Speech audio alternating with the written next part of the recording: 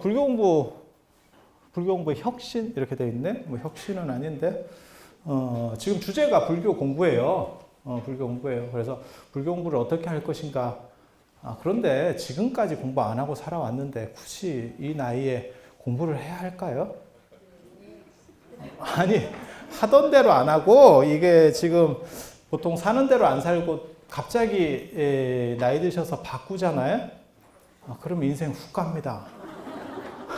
그래서 잘못하면 사진에 양쪽에 안전벨트 매는 수가 있어요. 그래서 그냥 안 하시던 분들은 안 하시면 됩니다. 굳이 그걸 막 힘들게 막 공부를 해야 되고 이럴 필요가 없습니다. 그리고 율곡이 5,000원에 들어있잖아요. 그죠? 율곡이 5,000원. 그리고 어머니를 이제 5만 원권에 심어주고 뭐 이렇게 아주 대단한 분이잖아요. 어머니에 대한 효로서 그 정도 할 만한 분도 없습니다. 그런데 그 율곡을 구도장원공이라고 그래요. 9번 장원급제를 했다. 9번 전국 전체 수석을 했다. 뭐 이런 얘기가 있는데 사실 그건 거짓말이고 한 5번 정도는 한 것 같습니다. 9번까지는 아니고 9번은 많은이라는 의미예요. 그래서 뭐 차도 9번 굽고 뭐 소금도 9번 굽고 뭐 다 9번이라는 건 가득 양기가 꽉 찬 뭐 이런 의미라고 보시면 돼요. 동양에서는 보통 그렇게 쓰거든요. 그래서 율곡이 그렇게 과거 시험도 잘 보고 1등도 하고 전국 전체 수석을 막 그렇게 계속 했던 사람인데도 불구하고 율곡도 퇴계집에 보면 공부 때문에 스트레스 받는 내용이 나옵니다. 율곡집에는 안 나옵니다. 퇴계집에 보면 그걸 상담하는 이야기가 나와요. 그래서 굉장히 재밌죠.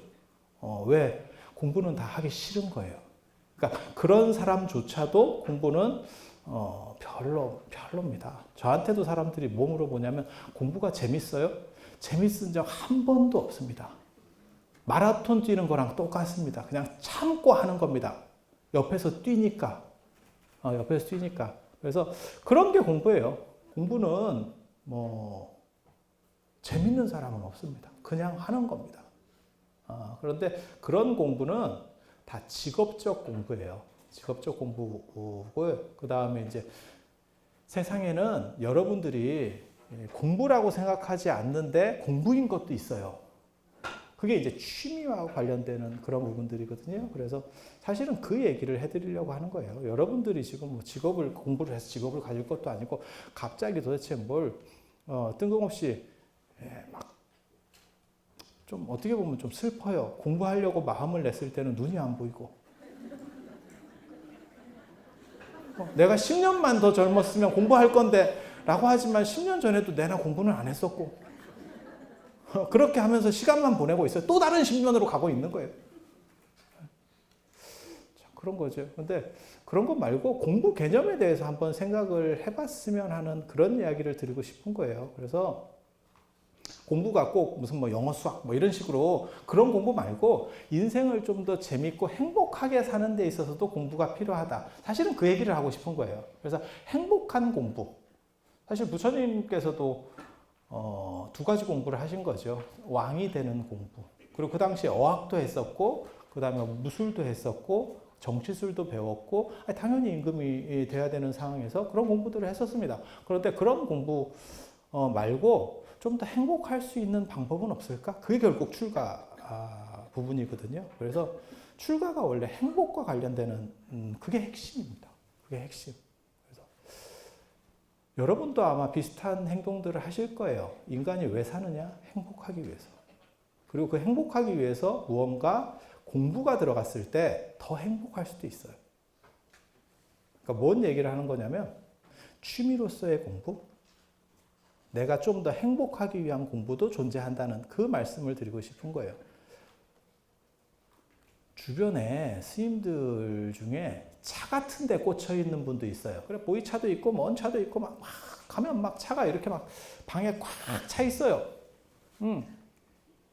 당신이 한 달에 한 120 정도 받고 있는데, 그렇게 생기기만 하면 그걸 하는 거예요. 일종의 매니아지, 매니아. 근데 마셔보면 느낌은 뭐냐면 그냥 찝쭈구리한 맛입니다. 보이차 처음 마셨을 때 그런 생각 안 드시던가요? 뭐 집세기 삶은 느낌? 그 정도에서 시작하는 거예요. 그 정도에서 시작하는 거예요. 근데 이제 저 같은 경우는 절대 그런 차가 나쁘다라는 얘기를 하지 않습니다. 왜? 그게 얻어먹는 사람의 상도덕이에요. 거기서 그냥 박자의 추임새를 좀 더 넣어주면 오만때만 걸 막 꺼내서 열어서 막 해줍니다. 그래서 이것도 먹어봐라, 저것도 먹어봐라. 똑같이 찝쭈구리한 맛입니다. 차이는 없습니다. 차이는 없어. 그런데 그 맛을 자기가 잘 알게 되면 그 스님은 그걸 마시면서 행복한 거예요. 이 차와 이 차의 맛을 아는 거예요. 저희 같은 사람은 약간 둔감해서 그 맛 자체를 구분을 못하는 겁니다. 그런데 그 스님은 그런 걸 알게 되면 좀 더 행복하지 않을까? 모르는 사람보다? 커피도 마찬가지예요. 저희 같은 사람들은 뭐 미각이 워낙 둔감한 사람이라서 한 볶은 지 한 서너 달 되든 뭐 6개월이 되든 그냥 있으면 먹습니다. 그러면 다 똑같은 커피예요. 그런데 어떤 사람들은 이건 벌써 로스팅한 지 한 2주 된 것 같은데 딱 이러면서 바로 끊습니다. 이건 버려야 돼. 난 6개월 지나고 1년 된 것도 먹는데. 아니 그런 거 아시잖아요. 절에서 커피 없다고 무슨 커피 갖다 준다 이러면 꼭 집에서 몇 달씩 묵은 걸 갖고 오더라고요. 어디서 선물을 받았는데 갈기가 귀찮아. 그러니까 절에 갖고 와. 뭐 이런 것도 있어요. 근데 그거를 바로 느끼는 분들도 있어요. 그러면 그게 자기가 취미면 그 속에서 훨씬 더 만족하고 행복한 걸 느낄 수 있는 거예요. 그래서 공부 내공이 있으면요. 삶이 훨씬 행복해질 수 있습니다. 그 얘기를 하는 거예요. 그래서 여러분들이 지금 연세가 다 드시고 제가 사실은 얼마 전에 한 6, 7개월 됐나? 한 유튜브를 하나 개설을 해가지고 제가 강의한 영상들을 이렇게 모아놨어요. 사람이 이제 한 1,500명 됐나? 얼마 없어요, 사람도. 잘 안 늘어요. 잘 안 늘어. 그래서 왜 안 느는가 이렇게 하고 봤더니 굉장히 놀라운 걸 봤잖아요. 통계를 내가 그런 걸 안 봐야 되는데. 25세 이하 빵명입니다. 25세 이하 빵명이야, 빵명. 맨 작은 사람들만 있어, 작은 사람들만. 제대로 유튜브를 할 것 같은 사람은 한 놈도 없는 거야. 와, 나 한 놈도 아니고 진짜 빵명 내가 충격받았다니까. 내가 인생을 이렇게 살고 있구나. 막 이런 생각이 들었어요. 그런데 한번 생각을 해보세요. 한번 생각을 해보세요. 여러분들이 즐길 수 있는 공부, 이런 공부는 도대체 뭘까? 그리고 그게 내 주변에 있는 것에서 시작됐을 때 그런 걸 이제 하기상달이라고 합니다. 주변에 있는 낮은 것부터 시작해서 점차 이렇게 끌어올려가는 거예요. 그리고 공부가 현재는 필수일 수밖에 없는 게 사람이 안 죽어요. 안 죽어요. 죽으면 좋은데 지금은 다 불사의 경계들이 너무너무 가까이 있어가지고 예전 같으면 뭐 70, 60, 저희 어렸을 때 60 이러면 진짜 어르신인 줄 알았어요. 그런데 어느 순간에 제 주변 사람들이 다 그래요. 이번에도 제가 중국에 갔는데 가이드들이 이렇게 연세 드신 분을 좋아할 때가 가끔 있습니다. 언제 좋아하냐면 60세 이상 무료 입장 뭐 이런 거 할 때 현지 가이드 되게 좋아합니다. 그래서 여권을 이렇게 주면서 이름을 불러요. 이분들은 좀 따로 이렇게 오서 입장료 안 끊어도 되니까. 근데 그런 비율이 상당히 높습니다. 제 주변에 이게 굉장히 높아요. 그래서 이게 60대신 분들 아니면 그 이상 되셔도 지금은 다 충분히 활동을 하실 수 있잖아요. 뭐 70, 80 초반까지는 제가 보기에는 건강관리를 어느 정도만 하시면 뭐 아무 생활하는데 문제가 없습니다. 그런데 어떤 공부든지 간에 연세가 좀 많이 되면 힘든 건 맞아요. 아무리 재밌는 거라도 힘든 건 맞아요. 그래서 제가 이런 얘기 해드려도 여러분 나중에 이제 나가시면서 하시는 말씀이 뻔하거든요. 문 열고 돌아서면 잊어버린다. 그래서 제가 늘상 그런 얘기를 하거든요. 문 닫고 가지 말고 그냥 돌아서지 말고 계속 가라. 그러면 안 잊어버린다. 그래서 지금 말씀드릴 부분들은 쉬운 공부, 그 다음에 내 주변에서 관련돼서 행복할 수 있는 공부에 대한 이야기를 할 거예요. 그리고 어른들 말씀이 딱 맞아요. 옛날 우리 조상들 말씀이. 뭐라고 했습니까? 노세 젊어서 노으라 그랬잖아요. 그때 그 다음 가사가 뭐예요? 늙어지면 못 노나니. 그 얘기가 무슨 뜻이겠어? 바꿔 말하면 늙으면 공부라도 해 이런 뜻 아니겠어요? 못 노니까 그럼 뭐 하겠어? 늙으면 그냥 멍 때리고 있나? 할 수가 없잖아요. 그리고 나이 드셔서 공부하면요 좋은 점도 있어요. 모든 분들이 다 굉장히 이렇게 대단하게 봅니다. 젊어서 공부하면요 누구는 안 하나? 요즘 애들 봐봐. 젊은 애들 봐봐. 초등학교 들어가기 전부터 막 학원을 다니고 막 이러고 있는데 아니 그렇잖아요. 그런 상황에서 보면 뭐 애들은 다 공부하는 거예요. 그게 대단할 건 없어요. 근데 나이 드셔서 70인데 공부를 하고 있어. 얼마나 있어 보여요.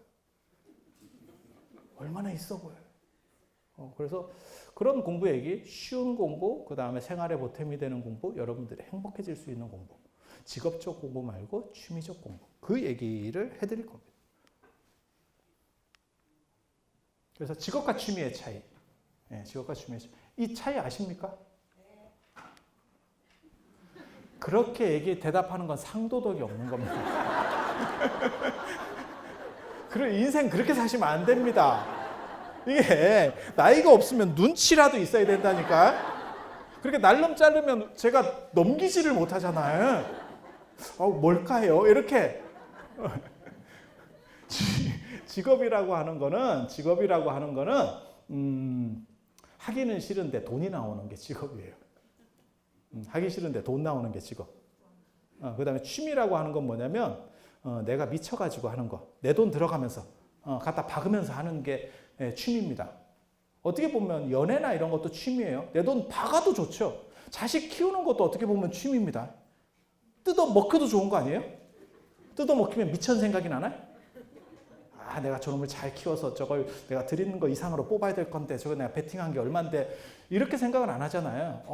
어떻게 해서든 잘만 살아줬으면 내 자식이 나보다 훨씬 나은 인생을 살 수만 있다면 그러면 좋겠다 이렇게 생각하는 거잖아요. 어떻게 보면 그게 취미입니다. 그래서 제가 예전에 진짜로 있었던 일이에요. 제가 동대 불교학과 대학원 석사과정 때 있는데 벌써 그것도 아득한 옛날 일입니다.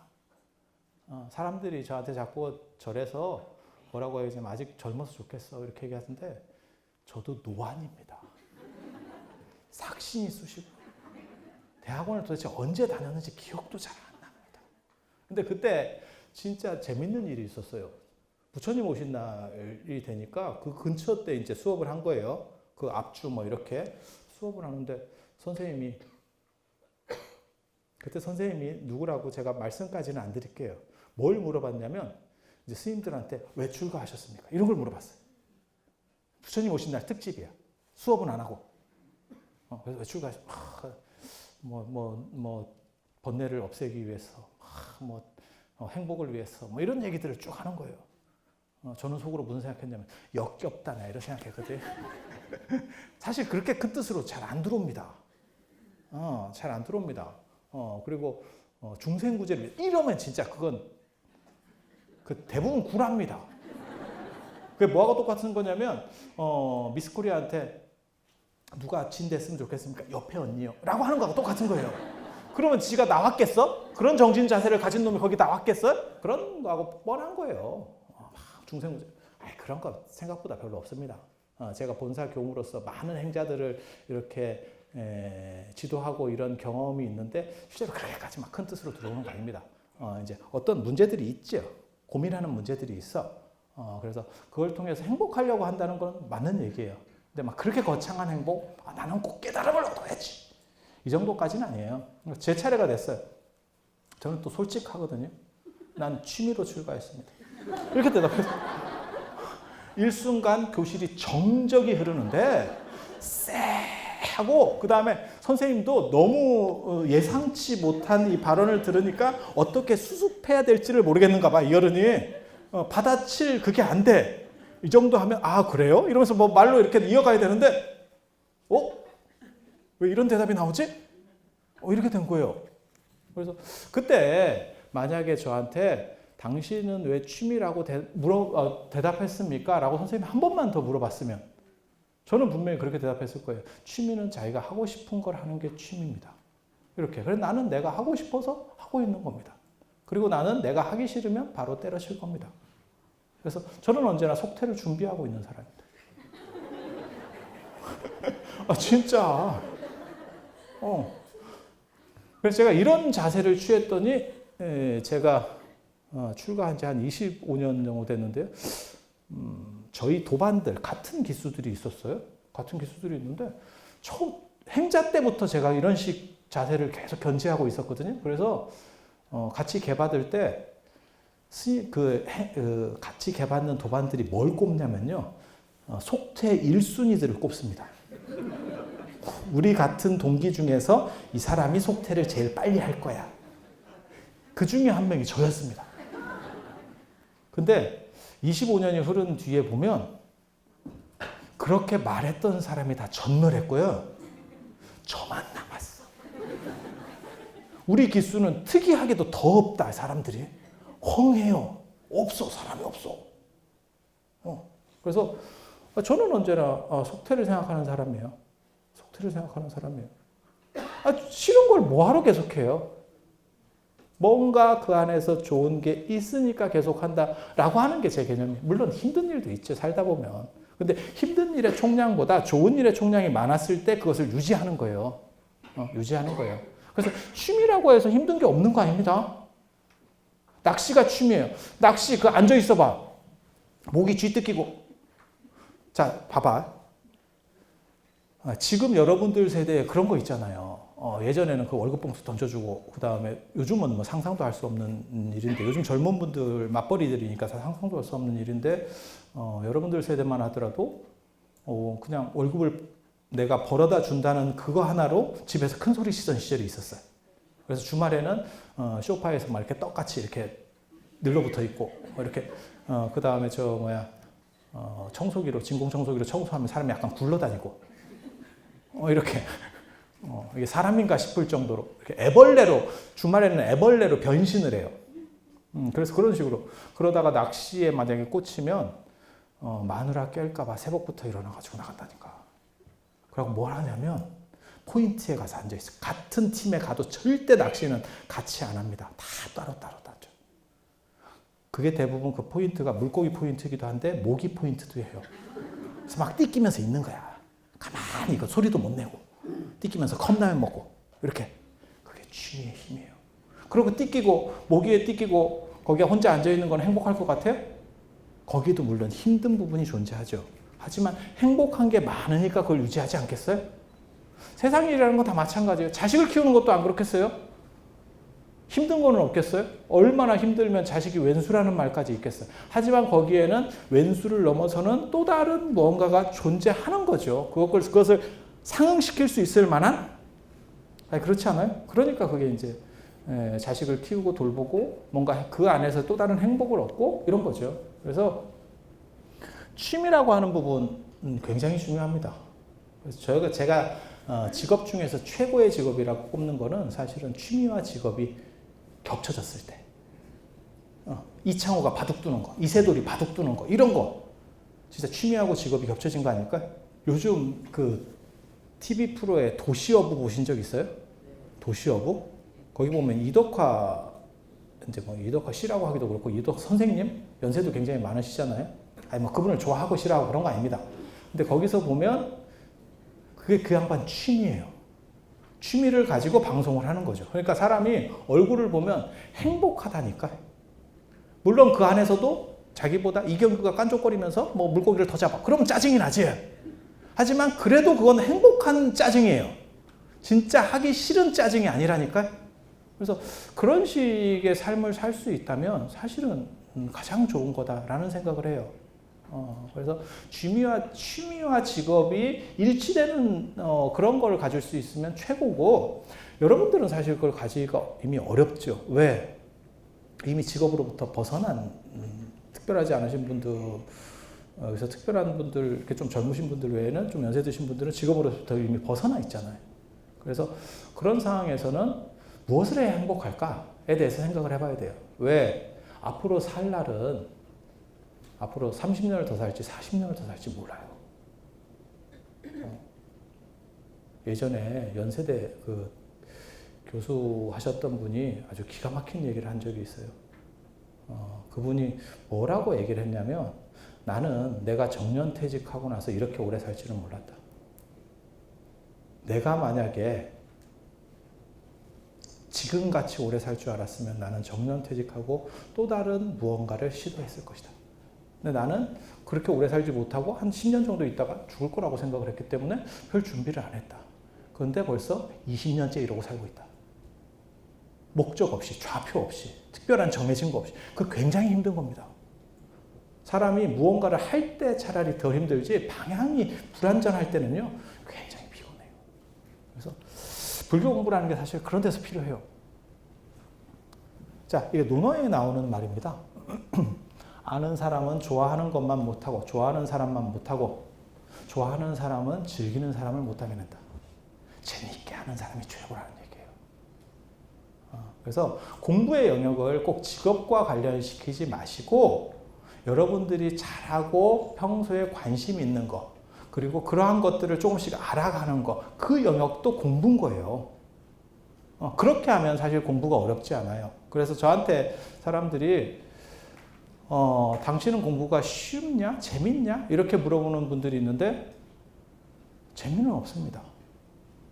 재미는 없습니다. 그건 뭐 100%입니다. 그건 100%입니다. 그리고 제가 뭐라고 대답하냐면 저는 공부라고 생각하고 해본 적이 거의 없습니다. 그리고 제가 늘상 이렇게 약간 자랑스럽게 말하는 게 있어요. 난 진짜 하기 싫은 일은 안 하고 살았다. 하기 싫으면 저는 그냥 때려칩니다. 그게 손해가 얼마 정도 나도 그냥 때려쳐. 그게 이제 그런 용기가 가능한 거는 아마 가족이 없어서 그럴 거예요. 처자식이 있으면 그런 용기를 발휘하지 못할 겁니다. 그냥 책임지고 말지 뭐 이래갖고 밀어붙이는 거예요. 그래서 저는 사실 내가 공부한다는 생각을 해본 적이 거의 없어요. 거의 없어요. 그래서 여러분들에게도 말씀드리고 싶은 건 그거예요. 그냥 잘하는 걸 선택해서 하세요. 살다 보면 주변에서 나한테 맞는 게 있어요. 나는 뭐 예를 들어서 뭐 악기 같은 거 하나 해볼까? 안 그러면 뭐 수영을 해볼까? 뭐 이렇게 사부작 하면서 영역을 넓혀가는 거예요. 그게 하기 상달이라고 하는 겁니다. 내 주변 거부터 시작해서 사부작. 그리고 남보다 굳이 잘할 필요가 없어요. 내가 하면서 만족하고 행복하면 되지 굳이 내가 누군가를 이겨야 돼, 어때야 돼 이럴 필요 없습니다. 어차피 행복이라고 하는 건 주관성이에요. 주관성. 그래서 그럴 필요 전혀 없어요. 그래서 좋아하는 사람은 즐기는 사람. 즐기는 사람은요 결과에 연연하지 않아요. 내가 그걸 하는 과정에서 만족했기 때문에. 내가 그렇게 하고 최선을 다했어 라고 하면 그러면 별 관계가 없습니다. 즐기지 못하는 사람들이 결과를 중시해요. 그래서 결과가 잘 안 나오면 막 실망하고 그 다음에 뭐 슬럼프에 빠지고 저는 그런 사람들도 여러 봤어요. 저도 엄청난 일들을 많이 저를 잘 모르시는 분들 중에 어떤 분들이 있냐면 되게 편하게 큰 줄 알아요. 겁나 힘들게 살았습니다. 인생 팍팍 합디다. 아마 여러분들도 다 비슷할 거예요. 비슷할 거예요. 좋은 조건을 가진 사람들이 물론 몇 분 있어요. 하지만 대부분의 사람들이 사는 게 그렇게 쉽지 않습니다. 그래서 저 같은 경우 늘상 얘기하는 게 있거든요. 우리는 하이에나 정신으로 산다. 우리는 사자 정신 이런 거 별로 안 좋아한다. 하이에나 정신으로 산다. 결국 밀림에서 사자가 누구한테 맨 마지막에 죽는 줄 아세요? 하이에나한테 죽습니다. 하이에나는 맨날 썩은 고기나 이렇게 먹고 이렇게 뒤에서 어지렁 이렇게 거리면서 사부작 다가가지만 결국 사자를 잡는 건 하이에나입니다. 그래서 그렇게 생각하시면서 살면 돼요. 그게 뭐 뽀대나고 굳이 그럴 필요 없어요. 내가 즐겁게, 내가 행복하게. 썩은 고기를 먹으면서도 맛있대잖아. 왜 썩은 고기를 먹어? 라고 말할 필요가 없는 거예요. 그건 입맛이에요. 그래서 그렇게 생각하시면 돼요. 그 다음에 이게 논어에서 또 재밌는 구절이에요. 시에서 일어나고 예로서 바로 서고 음악으로서 완성된다. 사람의 어떠한 발전 단계를 얘기하는 거예요. 음악이라고 하는 걸 음악으로 완성된다는 뜻이 뭐냐면요. 이건 미학적인 겁니다. 이 세상에는 철학적인 게 있고 미학적인 게 있거든요. 철학적인 건 견적이 어느 정도 나오는 거. 예를 들면 그런 거예요. 아파트 가격이 있어. 그러면 그거는 어느 정도가 시세가 정해져 있어. 어떤 아파트 그러면 거의 시세가 정해져 있어. 물론 조금 더 쌀 수는 있고 조금 더 비쌀 수도 있어. 하지만 뭐 1억짜리 아파트가 100만 원에 팔릴 수는 없어. 왜? 그거는 객관적인 기준이 있기 때문에. 근데 문화재라고 생각해 보세요. 문화재라고 생각하면 상황이 달라집니다. 그건 영원일 수도 있고 무한될 수도 있어요. 아버지 유품이야. 그러면 그것도 마찬가지예요. 어떤 사람에게는 그건 영원일 수도 있고 어떤 사람에게는 무한될 수도 있어. 그게 미학적 판단이라고 하는 거예요. 그래서 문화재 같은 경우는요. 저 사람이 잘 몰라가지고 예를 들어서 우리 집에 훈민정음 해례가 있었네. 뭐 1조 원이래. 뭐 추정가 뭐 1조 원. 예를 들어서 그냥 있었네. 근데 내가 그거를 우리는 새마을운동 때 전혀 이런 생각이 없어가지고 막 딱지 적고 불쏘시개로 쓰고 막 이랬었잖아요. 고서를. 그때 문화재 많이 없어졌습니다. 그때 진짜 문화재 많이 없어졌습니다. 그때 우리나라가 조금 눈 밟고 이래가지고 그걸 정리했으면 더 많은 자료들이 남았을 거예요. 근데 그때 많이 없어졌거든요. 그때는 우리가 그런 건 다 좀 낡은 거, 버려야 될 거, 부정해야 될 거 이런 정도 생각이었지. 그래서 뭐 딱지도 접고 막 그랬었어요. 근데 고서 딱지가 별로 안 좋습니다. 달력 딱지가 좋지. 생각해보면. 그런데 뭐 없는데 어떻게 해요? 그래서 그런 훈민정음 해례 같은 걸 가지고 고물장수가 와가지고 뭐 이렇게 파는데 거기에 줘가지고 예를 들어서 한 500원 받고 팔았어. 난 땡 잡았다고 생각한 거야. 나중에 예를 들어서 그게 엄청난 가치가 있는 책이라는 걸 알고 그 사람한테 반환 청구를 하잖아요. 반환이 될까요? 안 됩니다. 그건 안 됩니다. 아파트는 1억짜리인데 내가 잘 몰라가지고 500만 원에 팔았어. 그러면 그거는 어느 정도 됩니다. 어느 정도 됩니다. 그런데 이거는 왜? 이건 주관성에 의한 거라서 그래요. 철저하게.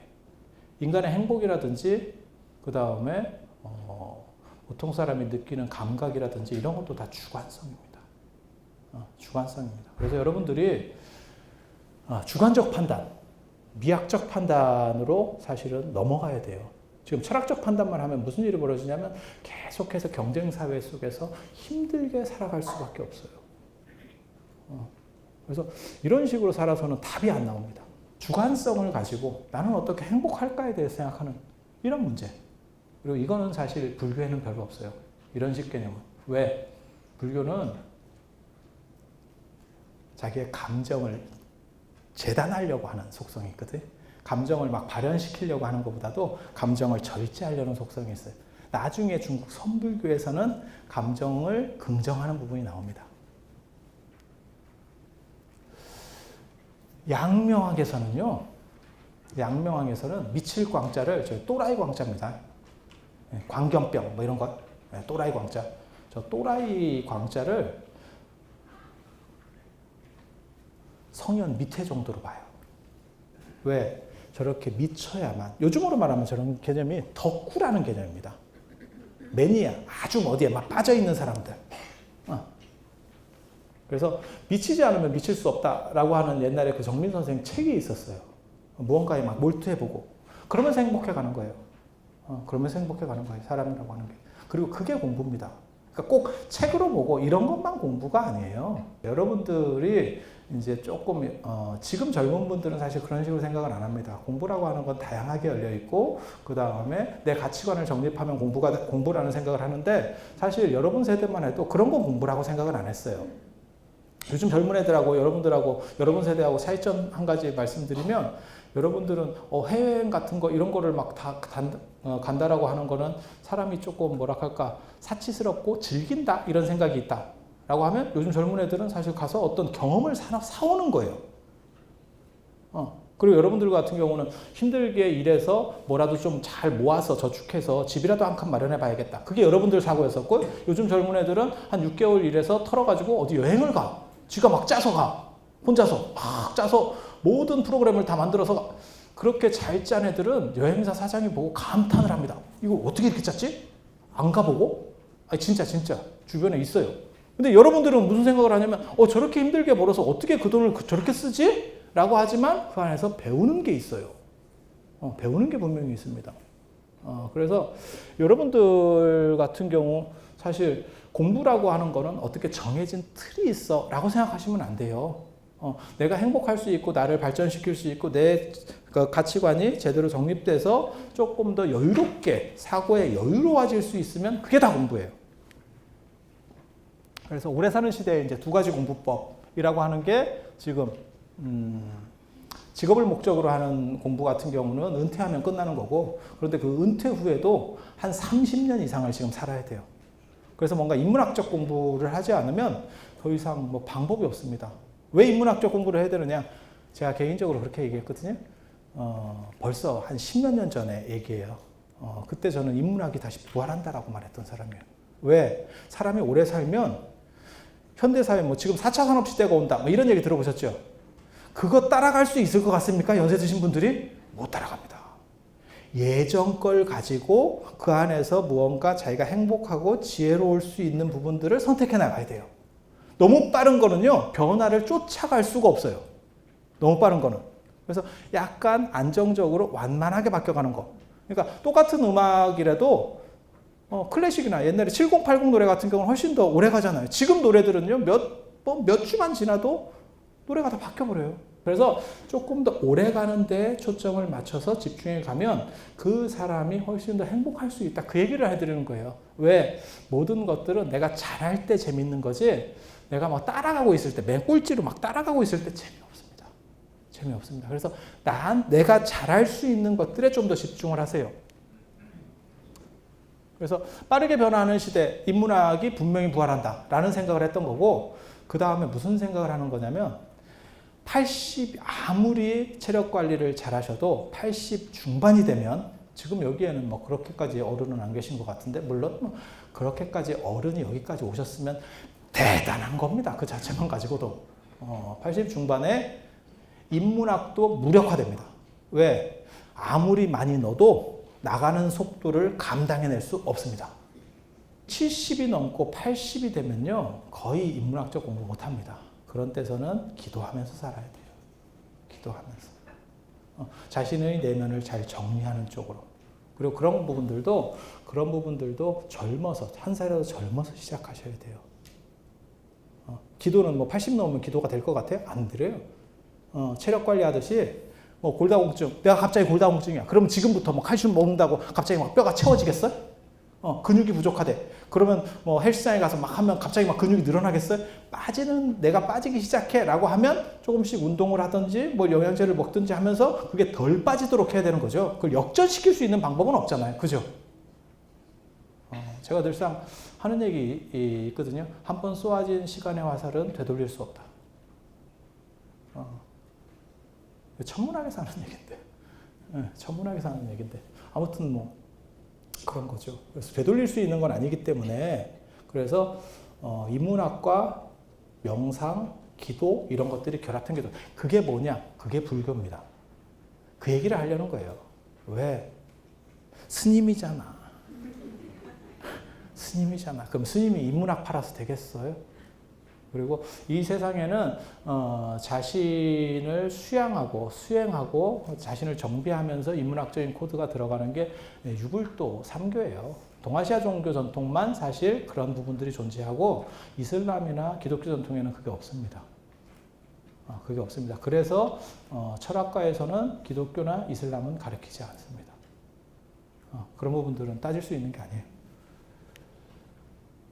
자, 그 다음에 이제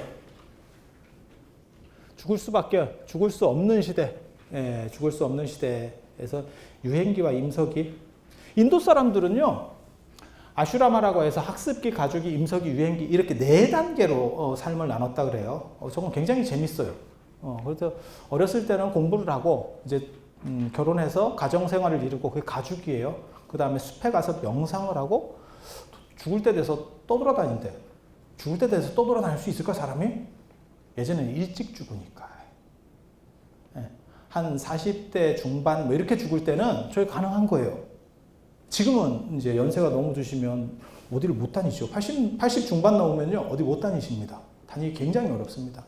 그래서 저 같은 경우는 뭐라고 생각하냐면, 임석기하고 유행기를 좀 바꿔야 된다. 지금 현대사회에서는.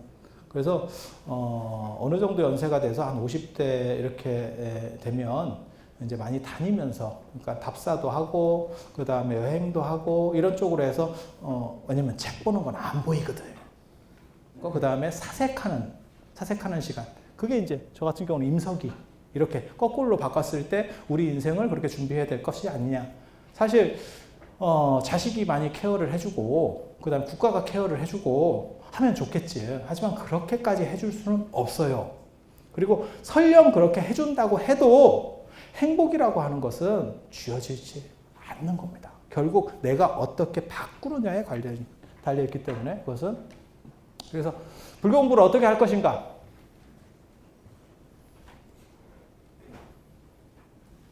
처음에 공부를 하고 싶으면 제일 제가 중요하게 생각하는 게 있어요. 개론서 많이 읽기. 개론서 많이 읽기. 저런 얘기하면 사람들이 무슨 생각하냐면 맨날 뭐 뻔한 얘기한다 이러는데, 개론서, 저 같은 경우도 개론서를 지금도 읽거든요. 제가 개론서를 쓰기도 했지만 개론서를 읽기도 해요. 부처님 생애를 우리나라에서 제일 많이 읽은 사람이 저일 겁니다. 제가 한 100종류 정도를 읽었습니다. 부처님 생애만. 계속. 그래서 기본에 충실해야 돼요. 기본에 충실해야 돼요. 그리고 사람이 배경 지식이 늘어나면 보는 시각에 따라서 예전에는 이렇게 받아들였던 게 다르게 받아들여집니다. 그래서 기본에 충실해야 바둑이든 장기든 다 마찬가지예요. 기본 정석을 변칙이 그게 얼빙한 사람한테만 먹히죠. 어느 정도 이상의 정석을 쓸 수 있는 사람한테는 변칙이 안 먹혀요. 그래서 기본적인 거를 사실은 해야 돼요. 그래서 개론서, 기본 역사 이야기라고 하는 게 공부의 첫 걸음입니다. 제가 그런 얘기 하거든요. 만약에 뭐 후백제 견훤이 뭐 완산주에서, 근데 완산주가 어디냐? 이러면 이게 글쎄 이렇게 하면 안 돼요. 전주 하면 우리나라 지도에서 대충 어디 이런 정도까지는 나와야 공부가 이게 누적이 돼요. 근데 이제 보통 절에 다니시는 분들이 굉장히 재밌는 게, 부처님께서 붓다가에 깨달으셨다. 붓다가야에서 깨달으셨다. 어딘지 모릅니다. 바라나시에서 처음으로 설법하셨다. 어딘지 모릅니다. 근데 더 웃긴 건 그분들이 인도를 갔다 왔어. 갔다 와도 몰라. 근데 어느 정도 이상은 이게 머릿속에서 딱 점이 찍혀야 공부가 한 단계씩 누적된다니까. 이게 눈 쌓이는 거하고 똑같아요. 너무 중구난방으로만 계속 있잖아요. 그러면 나중에 뭐라고 얘기하냐면 다 착하고 선하게 살라는 말씀이야. 이렇게 한마디로 모든 종교, 모든 철학을 이뤄내서 한마디로 압축해. 착하게 살으래. 이런 식으로 하면요, 하나도 발전을 못합니다. 그래서 그 변별점들을 하나씩 이렇게 누적시켜가는 거. 그리고 그게 어렵냐? 아니에요. 조금만 하면 생각보다 그렇게 어렵지는 않습니다. 그래서 부처님 생애 파악하기, 그 다음에 동영상 보기, 탑사하기, 그리고 선지식 찾기가 사실은 제일 중요해요. 선지식 찾기가. 동영상도 많이 보죠. 뭐 유튜브 같은 거 많이 보죠. 그래서 요즘 나오는 게 가짜뉴스 문제 이런 거 나오잖아요. 왜? 맨날 그것만 보고 있는 거야. 똑같은 것만. 가짜뉴스만 계속 봐서 세뇌되는 거죠. 다양하게 어떤 게 좋은 컨텐츠인지를 알 수 있는 그런 선지식들 있어요. 그리고 예전에 김용호 선생님이 그런 말씀을 하셨는데 저는 그 말에 100% 동감하거든요. 새로운 학문을 아니면 새로운 영역을 배우는 가장 빠른 지름길은 전문가한테 물어보는 거다. 맞습니다. 사람한테 물어보는 게 제일 빨라요. 그런데 그 말에 맹점이 있어요. 전문가는 나를 만나주지 않아요. 전문가가 미쳤어? 나 만나서 그거 설명해주고 있게? 그래서 선지식을 찾는다는 게 그렇게 쉬운 일은 아니에요. 그래서 제가 무슨 얘기하냐면, 사실은 선지식과 자유롭게 만나려고 하면 너도 어느 정도 개인적 주특기를 가져야 된다. 안 그러면 돈으로 밀든가. 뭐라도 해줘야 돼요. 안 그러면 안 만나. 이 사람들 절대 안 만나. 그래서 그런 선지식을 어떻게 찾느냐? 주변 사람에서부터 찾으면 돼요. 그래서 공부할 때 뭐가 있냐면, 제가 뭐라고 썼냐면, SNS 같은 경우는 젊은 사람이 선지식이다. 삼인행 필요하사라고 하는 말이 있잖아요. 세 사람이 길을 가면 그 중에 한 명은 선생이 있다. 그 선생이라고 하는 거는 두 가지 선생인 거예요. 하나는 나보다 잘하는 선생, 하나는 문제가 있어서 나는 저렇게 하지 말아야지. 그것도 선생이에요. 그래서 SNS나 뭐 컴퓨터나 뭐 이런 거는 애들이 훨씬 잘해요. 그러면 애들한테 얘기해. 근데 부모님이 착각하는 것 중에 하나가 뭐냐면 내 애니까 나를 봐줄 거야? 아니에요. 내 애라도 적절한 보상을 해야 됩니다. 그랬을 때 그 다음에 훨씬 성의껏 합니다. 보상을 해주지 않으면 그 다음엔 굉장히 무성의하게 합니다. 스님들도 굉장히 잘못하는 것 중에 하나가 뭐냐면 신도 애들이라고 그냥 대충 시켜 먹으려고 해요. 그렇게 하면 절대 안 됩니다. 끊임없이 무언가를 줘야 됩니다. 내가 못하면 대가라도 지불해야 되는 거예요. 그런 걸 보고 뭐라고 하죠? 상도덕이라고 하는 겁니다. 그리고 그게 거래를 안 끊는 방법이에요. 그리고 이제 불공부할 때 최대 단점 중에 이게 중요한 것 중에 하나가 친구라고 생각하면서 해야 돼요. 아주 가깝게 접근한다. 막 존경하고 이렇게 하면 잘 안 보여요. 잘 안 보여요. 그래서 가깝게 그냥 친구 같은 관계로 수평적으로 대한다라고 했을 때 잘 보이는 시각이 있어요. 그리고 내 문제로 생각해 보기. 무슨 일이든지 간에 이건 내 문제야. 그런 거 경험 없으세요? 갑자기 노래를 들었는데 내 얘기 같고 이런 때가 딱 있죠. 그러면 확 오잖아요. 그래서 저런 일이 있었어가 아니고 저런 비슷한 일에서는 어떻게 해야 되지? 그래서 자꾸 내 문제를 대입해 봐야 돼요. 그리고 소확행이라는 게 있어요. 무라카미 하루키가 1994년에 수필집에서 처음 얘기한 거고 지금 몇 년 전부터 계속 유행하고 있죠. 소소하지만 확실한 행복 뭐 이렇게 해서. 저거 혹시 저 소설책 보셨어요? 저 수필집? 거기 보면 무라카미 하루키가 이렇게 빼다지를 열었는데 서랍 옛날에는 빼다지라고 그랬잖아요. 빼고 닫는다고 빼다지. 그렇게 해서 열었는데 속옷이 이렇게 깔끔하게 잘게 있으면 거기서 행복감을 느낀대. 난 그걸 읽으면서 무슨 생각했냐면 얘가 변태인가 나 사실 그랬거든. 어떻게 지 속옷을 지가 보면서 저렇게 행복감을 느낀다 하지? 그래서 자기 주변에 있는 것부터 정리할 수 있는 것들. 그러니까 꼭 정리하라는 뜻이 아니에요. 내가 할 수 있는 행복 범위 안에서 행복을 찾아가고 거기서 불교 공부도 거기서 시작하는 거예요. 너무 어려운 거 목표 세우고 할 필요 없습니다. 왜? 이건 마라톤이에요. 그리고 그것의 목적은 뭐냐면 완주가 아니고 행복이에요. 그 점을 이해하시면 사실 불교 공부는 거의 다 되는 겁니다. 그리고 맨 마지막에 도인선곡이 괴롭다라는 말 속에서 깨달음이라고 하는 것은 나온다. 현실을 정확하게 직시하고 이것은 싫어라고 했을 때 좋은 쪽으로 옮겨갈 수 있는 거예요. 그래서 제가 늘상 하는 말이 있어요. 사는 게 참 힘들다. 사는 게 참 보통 일이 아니야. 제가 그런 식으로 얘기하거든요. 그런데 그렇게 하면서 내 자신이 조금 더 앞으로 나아갈 수 있는 동인을 가지는 겁니다. 그래서 저는 사실 그 생각은 반대하는 사람이거든요. 어떤 걸 반대하냐면 네가 지금 가진 것 갖고 만족해라. 너는 지금 행복하다. 이미 충분하다. 이런 식 사고 굉장히 싫어합니다. 그런 식 사고를 가지면 사람이 어떻게 되냐면 아편처럼 더 이상 발전하지 못하고 정체돼 버려요. 끊임없이 내가 가진 거에 대해서 불만을 하고, 그러니까 투덜이가 되라는 뜻이 아니에요. 그것을 통해서 추진력을 가지고 나아가는 거예요. 로켓이 위로 올라갈 수 있는 것은 뒤에 추진체가 밑으로 강력한 에너지를 발사하기 때문에 그래요. 그래서 끊임없이 내가 선 자리야말로 만족할 수 없어 라는 생각을 계속했을 때 그 사람은 끊임없이 발전하는 겁니다. 그리고 그렇게 행복으로 나아가는 거예요. 그리고 그 행복은 목적이 아니라 날아가고 있는 지금 이 과정 속에 존재하는 겁니다. 그리고 불교는 사실 그거를 얘기해요. 그래서 현재를 자각하고 현재를 직시할 수 있는 사람만이 행복을 얻을 수 있고, 그것은 양보할 수 있는 것도 아니고 포기할 수 있는 것도 아니고, 그 다음에 행복이라고 하는 것은 우리의 또 다른 삶의 권리라고 보시면 됩니다.